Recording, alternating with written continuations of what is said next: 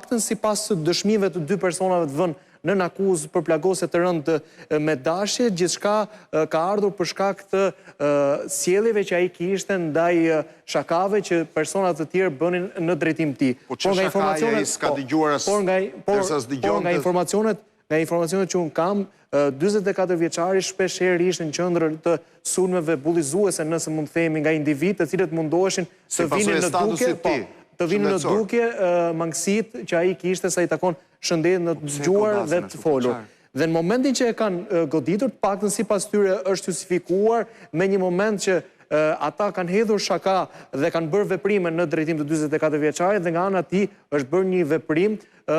i cili sipas tyre ka qenë ofendues dhe kjo ka agravuar situatën duke e goditur në mënyrë të njëpasnjëshme. Fillimisht është në gjendje të rëndë dhe të gjitha goditjet i kanë në kokë, pasi momentin që 44 vjeçari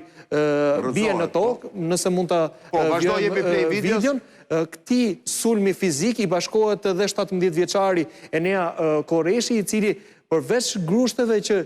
hedh në drejtim të tij, godet atë edhe me shkelë.